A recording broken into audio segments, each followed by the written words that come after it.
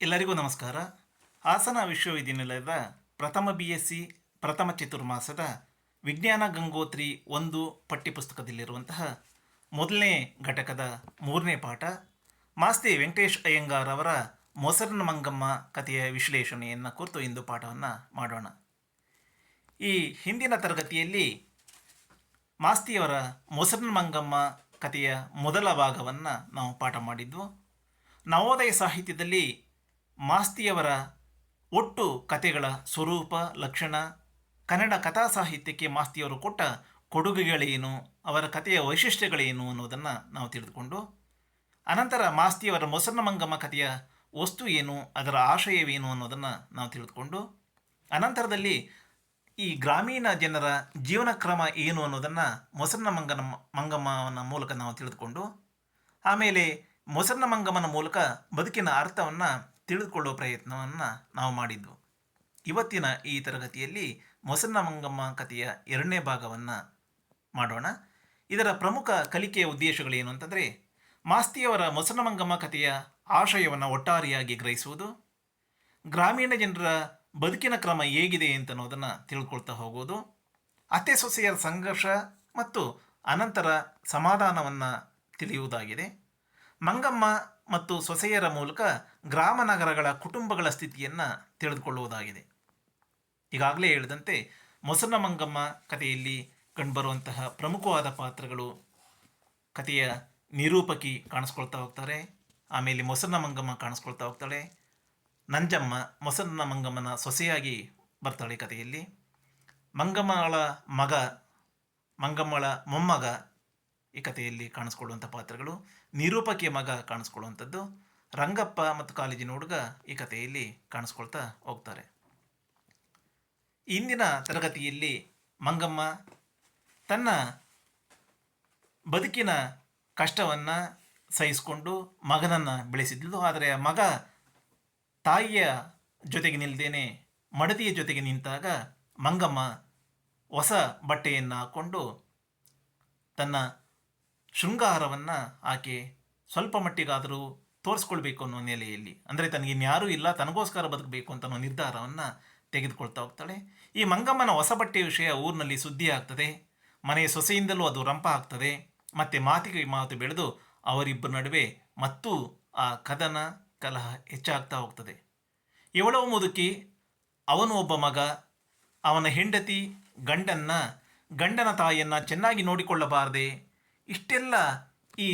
ಇಷ್ಟಕ್ಕೆ ಈ ರಂಪೆಲ್ಲ ಯಾಕೆ, ಎಲ್ಲಿ ನೋಡಿದರೂ ಜಗಳದ ಕಾರಣ ಹೀಗೆ ಇರುವುದು ಅಂತ ಈ ಕಥೆಯ ನಿರೂಪಕಿ ಒಂದು ಕಡೆ ಹೇಳ್ತಾ ಹೋಗ್ತಾರೆ. ಅಂದರೆ ಎಲ್ಲ ಕಥೆಗಳಿಗೂ ಕೂಡ ಮೂಲ ಯಾವುದೋ ಒಂದು ವಿಷಯ, ಅದು ಸಣ್ಣ ವಿಷಯ ಇರಬಹುದು, ಆ ಸಣ್ಣ ವಿಷಯವೇ ದೊಡ್ಡದಾಗ್ತಾ ಆಗ್ತಾ ಆಗ್ತಾ ಹೋಗಿ ಇಡೀ ಮನೆಯ ವಾತಾವರಣವನ್ನು ಹಾಳು ಮಾಡಿಬಿಡ್ತದೆ ಅಂತ ಅನ್ನೋದನ್ನು ಇಲ್ಲಿ ನಿರೂಪಕಿ ತಿಳಿಸ್ತಾ ಹೋಗ್ತಾರೆ.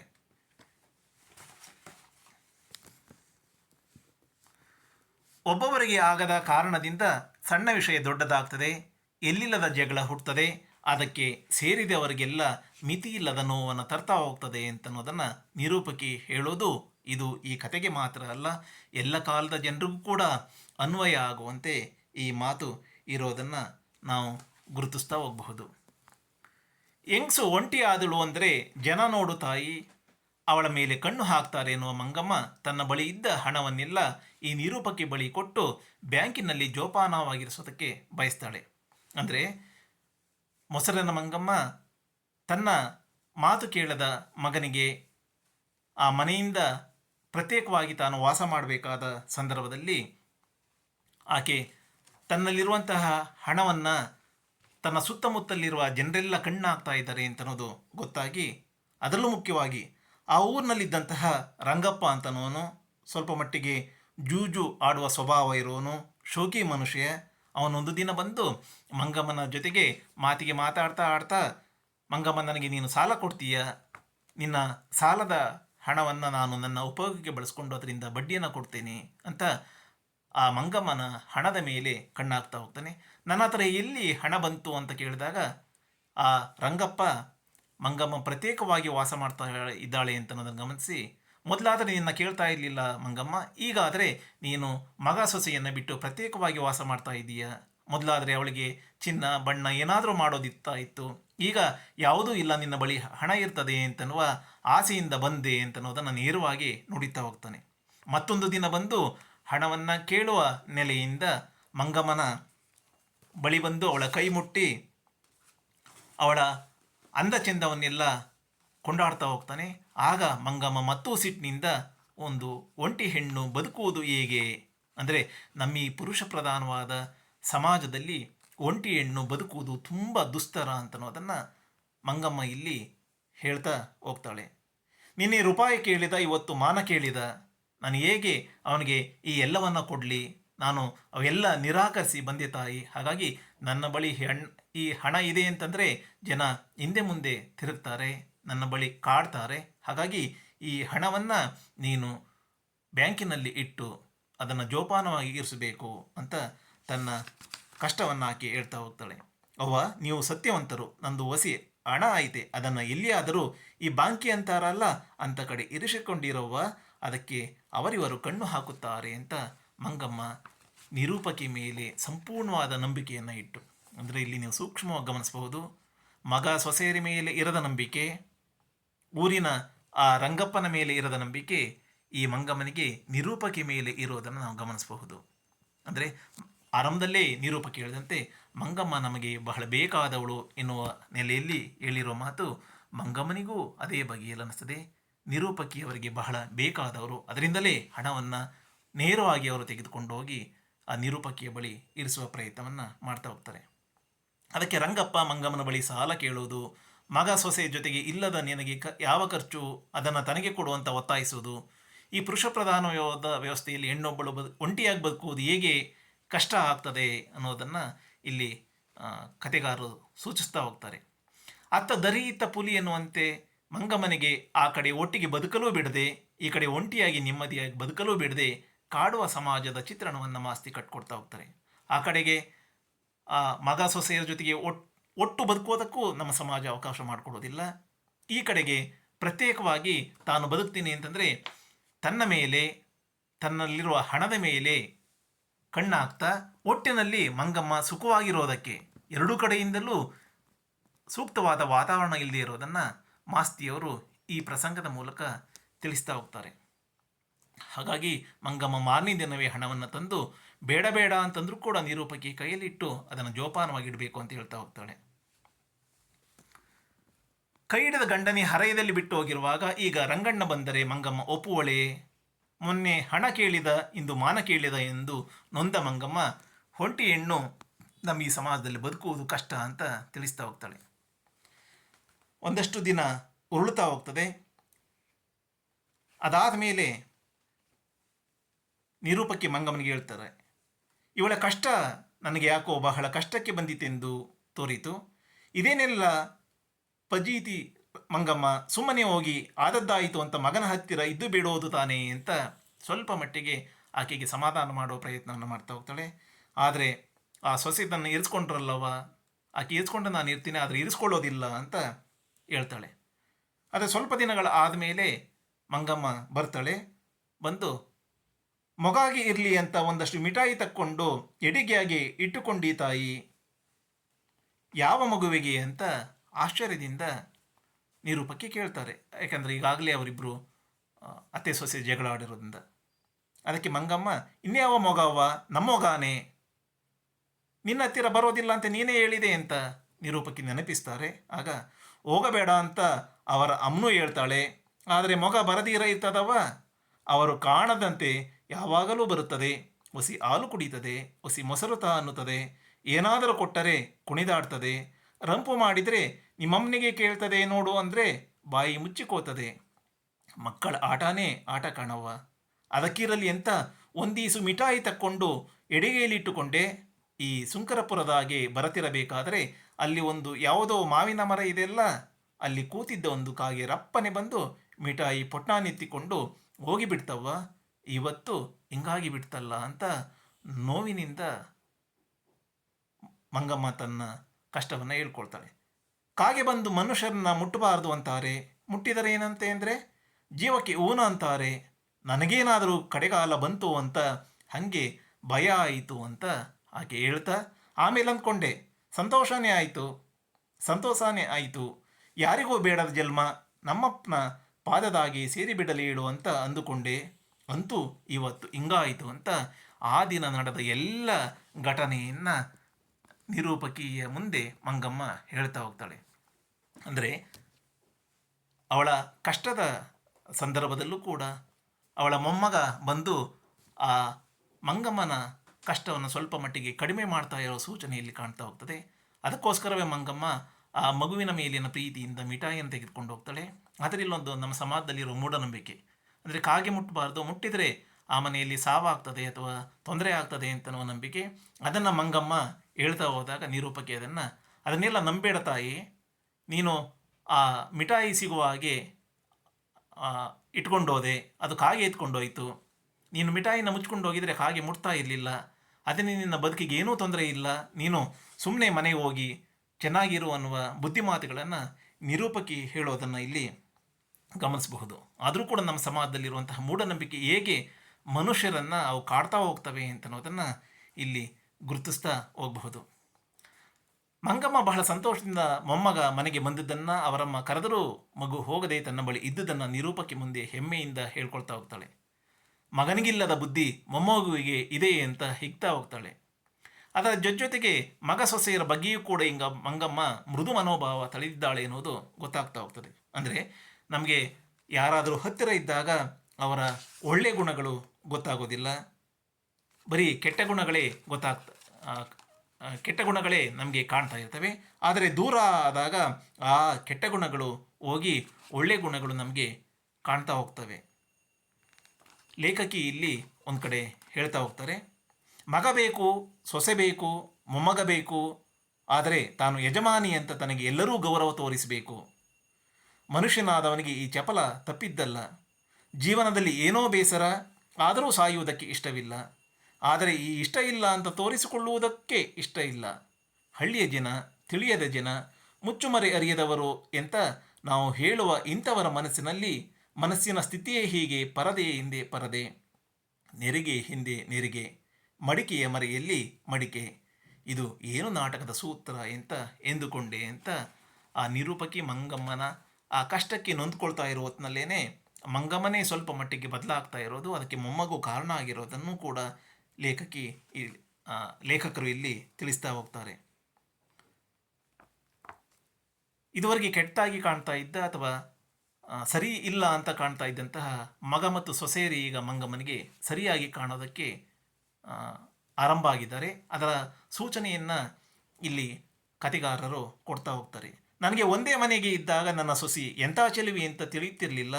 ಈಗ ನೋಡ್ತೀನಿ ದೂರದಿಂದ, ಏನೋ ಮುಖ ಗಂಟು ಹಾಕಿಕೊಂಡಾಗ ಹೆಂಗೋ ಇರ್ತದೆ ಅನ್ನೋ ಮಿಕ್ಕ ಆದ ಹಾಗೆ ಒಳ್ಳೆ ಚೆಲುವಿ. ಅದಕ್ಕೆ ನನ್ನ ಹೈದ ಮರಳಾಗಿರೋದು. ಅವನು ಹಂಗೆ. ಆಗ ಏಸೊತ್ತಿಗೆ ಮನೆಗೆ ಬಂದು ಏಸೊತ್ತಿಗೆ ಹೊಲಕ್ಕೆ ಹೋದ್ನು ನೋಡ್ತಿರ್ಲಿಲ್ಲ. ಈಗ ನನ್ನ ಮನೆ ಬಾಗಿಲಾಗ ಕೂತು ಇದ್ಯಾಕೆ ಇನ್ನೂ ಬರಲಿಲ್ಲ, ಇದ್ಯಾಕೆ ಇಷ್ಟು ಬೇಗ ಹೊಂಟು ಬಿಟ್ಟ ಅಂತ ನೋಡ್ತಾ ಇದ್ದೀನವ್ವ ಅಂತ ಮಂಗಮ್ಮ ಹೇಳೋ ಮಾತಿನಲ್ಲಿ ಹತ್ತಿರ ಇದ್ದಾಗ ಪ್ರತಿಯೊಬ್ಬರ ಬಗ್ಗೆಯೂ ಕೂಡ ಅವರ ಹುಳುಕುಗಳೇ ಕಾಣುವಂತೆ, ದೂರ ಇದ್ದಾಗ ಅವರ ಹುಳುಕುಗಳು ಮರೆಯಾಗಿ ಅವರ ಒಳ್ಳೆಯ ಗುಣಗಳು ಮಾತ್ರ ಕಾಣುವ ರೀತಿಯ ಮನುಷ್ಯ ಸ್ವಭಾವವಾದ ಚಿತ್ರಣವನ್ನು ಮಾಸ್ತಿಯವರು ಇಲ್ಲಿ ಕಟ್ಕೊಡ್ತಾ ಹೋಗ್ತಾರೆ. ಸೊಸೆ ಈಗ ಚೆಲುವಾಗಿಯೂ ಮಗ ಒಳ್ಳೆಯವನಾಗಿಯೂ ತೋರೋದನ್ನು ಇಲ್ಲಿ ಯಾವುದೇ ಮುಚ್ಚುಮರೆಯಲ್ಲದೆ ಮಂಗಮ್ಮ ನಿರೂಪಕ್ಕೆ ಮುಂದೆ ಹೇಳ್ಕೊಳ್ತಾ ಹೋಗ್ತಾಳೆ.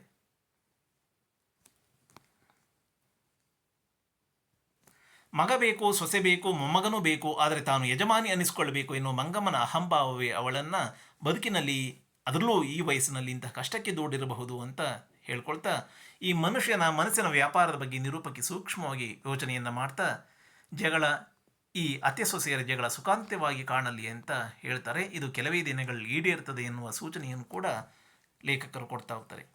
ಮಂಗಮ್ಮನ ಜೊತೆಗೆ ಇರ್ತಾ ಇದ್ದ ಮೊಮ್ಮಗು ತಾನೂ ಕೂಡ ಬೆಂಗಳೂರಿಗೆ ಬರಬೇಕು ಅಂತ ಒಂದು ದಿನ ಹಠ ಹಿಡಿತದೆ. ಆದರೆ ವಯಸ್ಸಾದ ಮಂಗಮ್ಮ ಆ ಮಗುವನ್ನು ಕರೆದುಕೊಂಡು ಬರೋದು ಹೇಗೆ?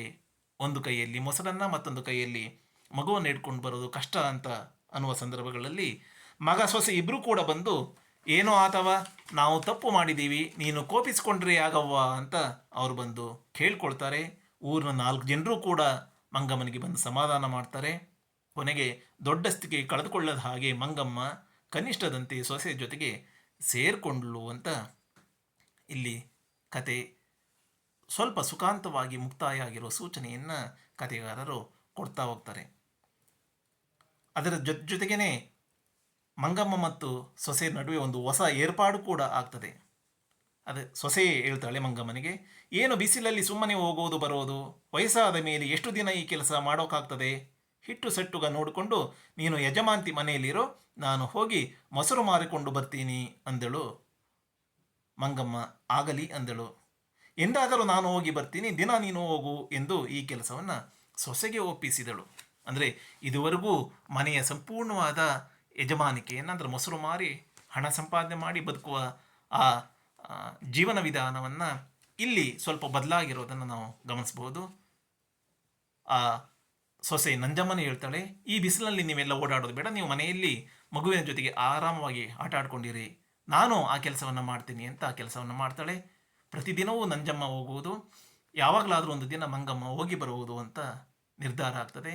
ಒಂದು ದಿನ ಬಂದು ನಿರೂಪಕೆ ಮನೆಯನ್ನು ಮಂಗಮ್ಮ ತನ್ನ ಸೊಸೆಗೆ ತೋರಿಸಿ, ಇವಳೇ ತನ್ನ ಸೊಸೆ, ಇವಳೇ ತನ್ನ ಜೊತೆಗೆ ಈಗ ವಾಸ ಮಾಡ್ತಾ ಇರೋವಳು ಅಂತ ತನ್ನ ಕುಟುಂಬದ ಪರಿಚಯವನ್ನು ಮಂಗಮ್ಮ ಮಾಡಿಸ್ತಾಳೆ. ಅಲ್ಲಿಗೆ ಕತೆ ಸುಖಾಂತವಾಗಿರಬಹುದು ಅಂತನ್ನುವ ಸೂಚನೆಯನ್ನು ಕತೆಗಾರರು ಕೊಡ್ತಾ ಹೋಗ್ತಾರೆ.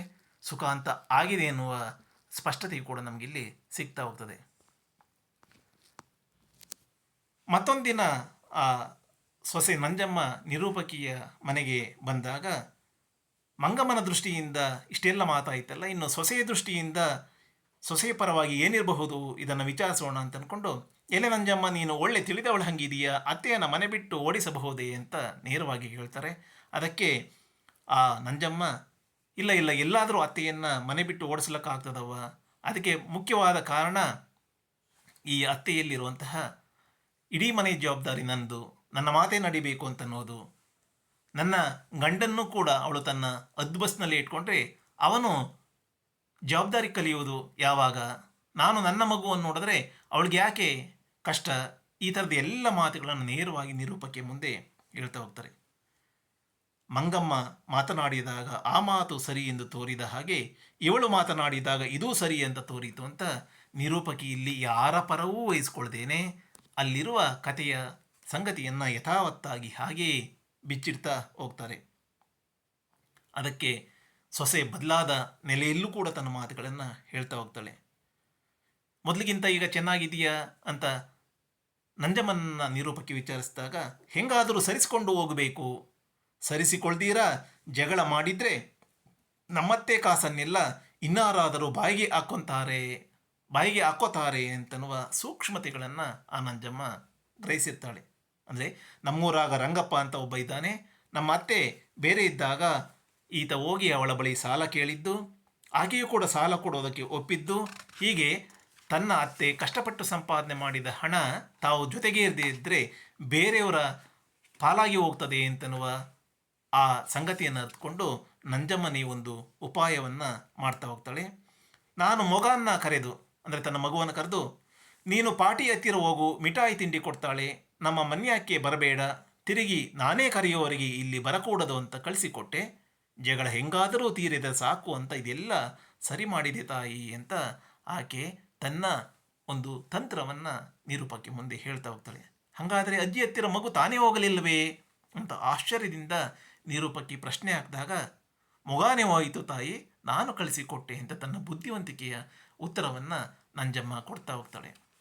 ಅಂದರೆ ತನ್ನ ಅತ್ತೆ ತಾವು ಒಟ್ಟಾಗಿ ಇರದೇ ಇದ್ದರೆ, ಅತ್ತೆ ಗಂಡ ಮಗ ಎಲ್ಲರೂ ಕೂಡ ಒಟ್ಟಾಗಿರದೇ ಇದ್ದರೆ ತಮ್ಮ ಈ ಜಗಳವನ್ನೇ ಬೇರೆಯವರು ದುರುಪಯೋಗ ಮಾಡಿಕೊಳ್ತಾರೆ ಅಂತ ನಂಜಮ್ಮ ಅರ್ತು ಹಣದ ಆಸೆಯಿಂದಲಾದರೂ ಈ ಕುಟುಂಬ ಒಂದಾಗಿರೋದನ್ನು ನಾವಿಲ್ಲಿ ಸೂಕ್ಷ್ಮವಾಗಿ ಗಮನಿಸ್ತಾ ಹೋಗಬಹುದು. ಇಲ್ಲಿ ನಂಜಮ್ಮನ ದುರಾಲೋಚನೆಯೋ ಇರುವುದನ್ನು ಕೂಡ ನಾವು ಗಮನಿಸ್ಬೋದು. ಒಟ್ಟಿನಲ್ಲಿ ಕತೆ ಸುಖಾಂತವಾಗಿ ಮುಕ್ತಾಯವಾಗುವುದನ್ನು ಇಲ್ಲಿ ನೋಡಬಹುದು. ಈ ಜಗಳದ ಸುಖಾಂತಕ್ಕೆ ಮಗುವನ್ನು ತಾನೇ ಮಂಗಮ್ಮನ ಬಳಿ ಕಳಿಸುವ ತಂತ್ರ ಮಾಡಿದ್ದನ್ನು ಮಗು ತಾನಾಗೇ ಹೋಗಲಿಲ್ಲ ಅಂತನ್ನೋದನ್ನು ಹೇಳ್ಕೊಳ್ತಾಳೆ. ಒಟ್ಟಿನಲ್ಲಿ ಅತ್ತೆ ಸೊಸೆಯರ ನಡುವೆ ಈ ಸ್ವಾತಂತ್ರ್ಯದ ಸ್ಪರ್ಧೆ ಏರ್ಪಟ್ಟು ಆ ಒಳಸುಳಿಯಿಂದ ಪಾರಾಗಲು ಒದ್ದಾಡುವ ಆ ತಾಯ ಮಗ ಈ ಹೆಂಡತಿಯ ಗಂಡನ ಪಾಡು ಹಳ್ಳಿಯ ಮಂಗಮ್ಮನ ಮನೆಯಲ್ಲೂ ಜರುಗುತ್ತದೆ, ನಗರದ ತಂಗಮ್ಮನ ಮನೆಯಲ್ಲೂ ಜರುಗುತ್ತದೆ. ಇದು ಮನೆ ಮನೆ ರಾಮಾಯಣ ಕೊನೆ ಮುಟ್ಟದ ನಾಟಕ ಅಂತಾರೆ ನಿರೂಪಕಿ. ಅವರ ಮಾತುಗಳಲ್ಲೇ ಹೇಳೋದಿದ್ರೆ, ಮಂಗಮ್ಮನಿಗಿಂತ ನಂಜಮ್ಮ ಬುದ್ಧಿಯಲ್ಲೇನೂ ಕಡಿಮೆ ಇಲ್ಲ. ಆ ಮನೆಯಲ್ಲಿ ಈಗ ಅತ್ತೆಗೆ ಸೊಸೆಗೆ ಸ್ವಾತಂತ್ರ್ಯದ ಸ್ಪರ್ಧೆ ನಡೆಯುತ್ತಿದೆ. ಅದರ ಮೂರ್ತ ಸ್ವರೂಪ ಆ ತಾಯ ಮಗ, ಈ ಹೆಂಡತಿಯ ಗಂಡ. ಅವನನ್ನು ಬಿಟ್ಟು ಕೊಡಕೂಡದೆಂದು ತಾಯ ಮನೋಗತ, ಅವನನ್ನು ಹಿಡಿಯಲೇಬೇಕೆಂದು ಈ ಸೊಸೆಯ ರೋತ. ಇದು ಎಲ್ಲ ಕಡೆಯಲ್ಲಿರೂ ನಡೆಯುತ್ತಿರುವ ವ್ಯಾಪಾರ. ಇದರ ಗೆಲುವು ಸೋಲು ಹೀಗೆ ಎಂದು ಹೇಳುವಂತಿಲ್ಲ. ನೀರೊಳಗಿರುತ್ತಾ ಮಗುವಿನ ಕಾಲು ಹಿಡಿದಿರುವ ಮೊಸಳೆ ಹಾಗೆ ಸೊಸೆ. ಮೇಲೆ ನಿಂತು ಮಗುವಿನ ತೋಳನ್ನು ಹಿಡಿದುಕೊಂಡು ಅದನ್ನು ಉಳಿಸುತ್ತೇನೆ ಎನ್ನುವವಳು ತಾಯಿ. ಮಧ್ಯೆ ಆ ಮಗುವಿನ ಪಾಡು ತಾನೇ ಸ್ವಲ್ಪ ಕಷ್ಟ. ಹಳ್ಳಿಯಲ್ಲಾದರೆ ಮೊಸರು ಮಾರುವ ಮಂಗಮ್ಮನ ಮನೆಯಲ್ಲಿ, ಪಟ್ಟಣದಲ್ಲಿ ಮೊಸರು ಕೊಳ್ಳುವ ತಂಗಮ್ಮನ ಮನೆಯಲ್ಲಿ ನಡೆಯುತ್ತಾ ಇದೆ ಈ ವ್ಯಾಪಾರ. ಕೊನೆಯ ಅಂಕ ಕಾಣದ ನಾಟಕ. ಅಂದರೆ ಎಲ್ಲ ಮನೆಗಳಲ್ಲೂ ಕೂಡ ಈ ಥರದ ಸಣ್ಣ ಪುಟ್ಟ ಸಮಸ್ಯೆಗಳು ಇರ್ತವೆ. ಅದರಿಂದ ಮನೆಯಲ್ಲಿ ಏರುಪೇರುಗಳಾಗ್ತದೆ. ಆ ಏರುಪೇರುಗಳಿಂದ ಕೆಲವು ಸಂದರ್ಭಗಳಲ್ಲಿ ಮನೆ ಒಡೆದು ಹೋಗಬಹುದು. ಆದರೆ ಈ ಕಥೆಯಲ್ಲಾಗುವಂತೆ ಕೊನೆಗೆ ಆ ಅತ್ತೆ ಸೊಸೆಯರಿಬ್ಬರೂ ಅರ್ಥ ಮಾಡಿಕೊಂಡು ಮತ್ತೆ ಒಂದಾಗೋದು. ಅಂದರೆ ಕುಟುಂಬ ಮತ್ತೆ ಕುಟುಂಬದಲ್ಲಿರುವ ಸಂಬಂಧಗಳು ಸುಮಧುರ ಆಗ್ತಾ ಹೋಗೋದನ್ನು ಕಥೆಯಲ್ಲಿ ನೋಡ್ತಾ ಹೋಗಬಹುದು. ಈ ಕಥೆಯಲ್ಲಿ ಕಲ್ತ್ಕೊಂಡಂಥ ಪ್ರಮುಖವಾದ ವಿಷಯಗಳು ಅಂತಂದರೆ, ಮಾಸ್ತಿಯವರ ಮೊಸನ ಮಂಗಮ್ಮ ಕಥೆಯ ಆಶಯವನ್ನು ತಿಳಿದುಕೊಂಡು, ಗ್ರಾಮೀಣ ಜನರ ಜೀವನ ಕ್ರಮ ಏನು ಅನ್ನೋದನ್ನು ನಾವು ತಿಳಿದುಕೊಂಡು, ಅತ್ತೆ ಸೊಸೆಯರ ನಡುವೆ ಆದಂಥ ಸಂಘರ್ಷ ಮತ್ತು ಅನಂತರ ಸಮಾಧಾನವನ್ನು ಕೂಡ ನಾವಿಲ್ಲಿ ತಿಳ್ಕೊಂಡು, ಮಂಗಮ್ಮ ಮತ್ತು ಸೊಸೆಯರ ಮೂಲಕ ಈ ಗ್ರಾಮ ನಗರಗಳ ಕುಟುಂಬ ಸ್ಥಿತಿಯನ್ನು ನಾವು ತಿಳ್ಕೊಳ್ತಾ ಹೋದು.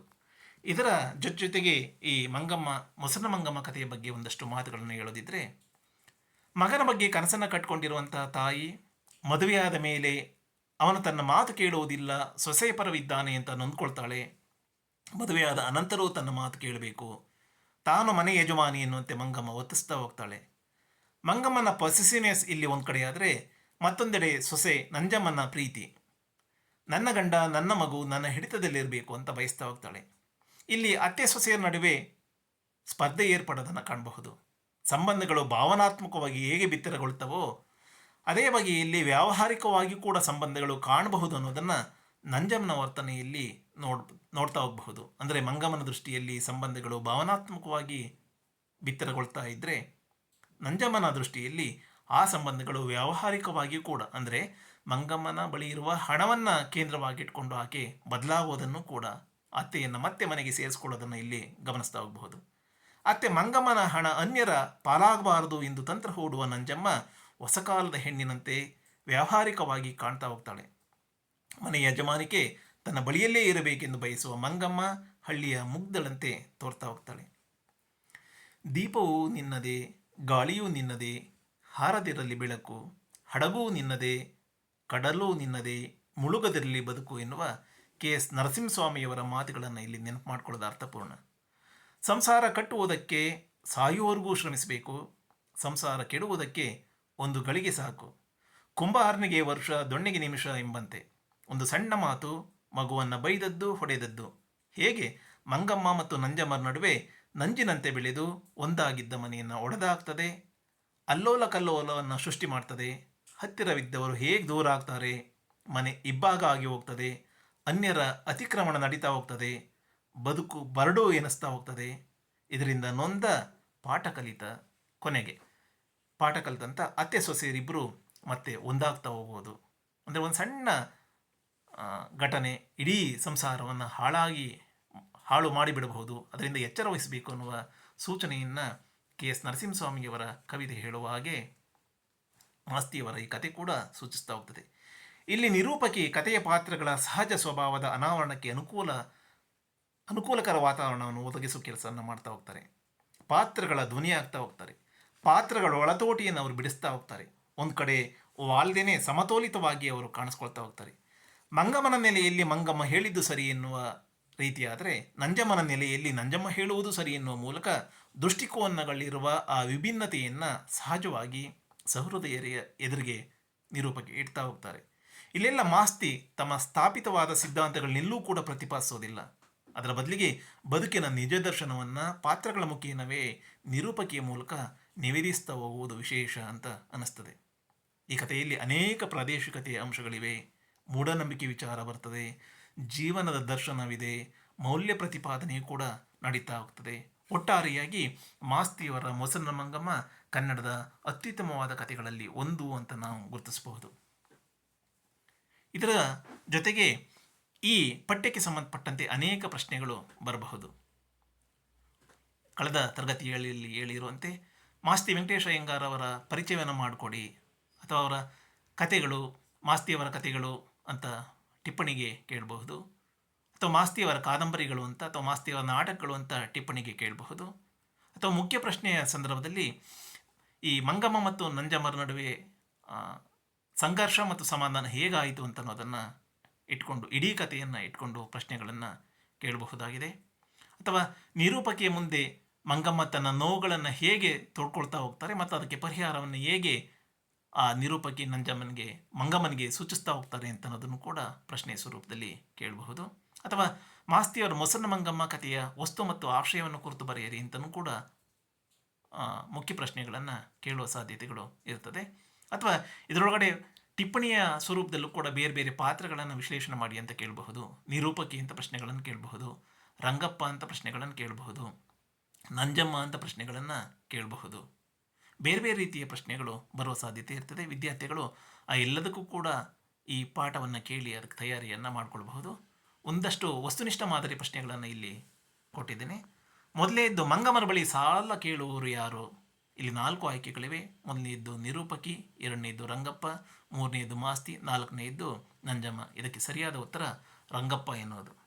ಎರಡನೇ ಪ್ರಶ್ನೆ, ಮೊಸರನ ಮಂಗಮ್ಮನ ಸೊಸೆ ಹೆಸರು ಏನು? ಮೊದಲನೇದ್ದು ಚೆಲುವಮ್ಮ, ಎರಡನೇದ್ದು ಕೆಂಪಮ್ಮ, ಮೂರನೇದ್ದು ನಂಜಮ್ಮ, ನಾಲ್ಕನೇದ್ದು ಈರಮ್ಮ. ಅದಕ್ಕೆ ಸರಿಯಾದ ಉತ್ತರ ನಂಜಮ್ಮ ಎನ್ನುವುದು. ಮೂರನೇ ಪ್ರಶ್ನೆ, ಮಂಗಮ್ಮ ಮೊಮ್ಮಗುವಿಗೆ ತೆಗೆದುಕೊಂಡು ಹೋಗ್ತಾ ಇದ್ದ ಮಿಠಾಯಿಯನ್ನು ಯಾವ ಪಕ್ಷಿ ತಿಂತದೆ ಅಂತ. ಇದಕ್ಕೂ 4 ಆಯ್ಕೆಗಳಿವೆ. ಮೊದಲನೇದಕ್ಕೆ ಕೋಗಿಲೆ, ಎರಡನೇದ್ದು ಗಿಳಿ, ಮೂರನೇದು ನವಿಲು, ನಾಲ್ಕನೇದ್ದು ಕಾಗೆ. ಇದಕ್ಕೆ ಸರಿಯಾದ ಉತ್ತರ ಕಾಗೆ ಎನ್ನುವುದು.